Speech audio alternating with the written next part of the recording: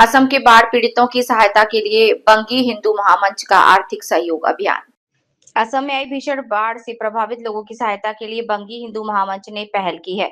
गुरुवार दोपहर सिलीगुड़ी के वीनस मोड़ स्थित हनुमान मंदिर परिसर में संगठन की ओर से आर्थिक सहयोग संग्रह अभियान आयोजित किया। इस मानवीय पहल में आम लोगों ने उत्साहपूर्वक भाग लेते हुए आर्थिक सहायता प्रदान की।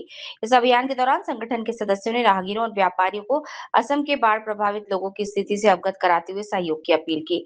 संगठन के अध्यक्ष श्री विक्रमादित्य मंडल ने कहा कि प्राकृतिक आपदा से प्रभावित लोगों की सहायता करना समाज के प्रत्येक व्यक्ति का दायित्व है। संगठन के सदस्यों का कहना है कि ये पहल केवल आर्थिक सहायता तक सीमित नहीं बल्कि समाज में मानवता और पारस्परिक सहयोग की भावना को भी मजबूत करेगी।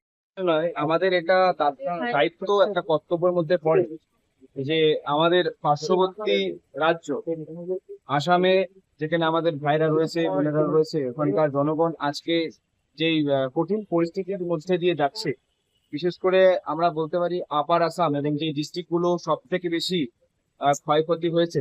প্রতিবারই ব্রহ্মপুত্র জল বাড়ে, কিন্তু আমার যতটুকু খবর রয়েছে 2022-এর পর এইবারের যে ক্ষতির যে চেহারা সেটা একটু বেশি আগের বারের তুলনায়। এবং আমরা দেখতে পেয়েছি কোলাঘাট, জোরহাট, নৌগাঁও, শিবসাগরের মতন জেলাগুলো সব থেকে বেশি ক্ষতিগ্রস্ত হয়েছে।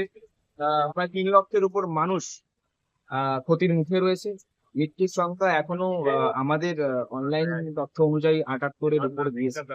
তো বিভিন্ন জায়গায় এরকম অবস্থা, বন্যা প্রভাবিত অঞ্চলগুলোতে বিভিন্ন সংগঠনের মাধ্যমে ত্রাণ পাঠানোর চেষ্টা চলছে। সেখানে এনডিআরএফ এর team, SDRF, army, local administration যারা রয়েছে তাদের মাধ্যমে সেখানে অলরেডি রেস্কিউ কাজ চলছে। অনেক মানুষ ক্ষতিগ্রস্ত হয়েছে।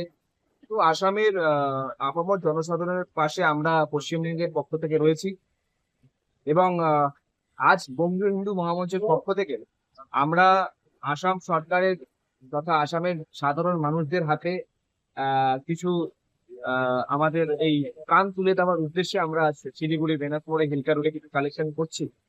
যেই কালেকশনটা অ্যামাউন্টটা উঠবে তার মাধ্যমে হয় আমরা কিছু সামগ্রী, নয়তো সেই টাকাটাকে আমরা আসাম গভর্নমেন্টের যে মুখ্যমন্ত্রী তার যে ট্রাস্ট আছে বা তার যে রিলিফ ফান্ড আছে, সেই রিলিফ ফান্ডে আমাদের এখানকার মন্ত্রীর মাধ্যমে আমরা সেটা পৌঁছানোর ব্যবস্থা করব। প্রতিবেদনের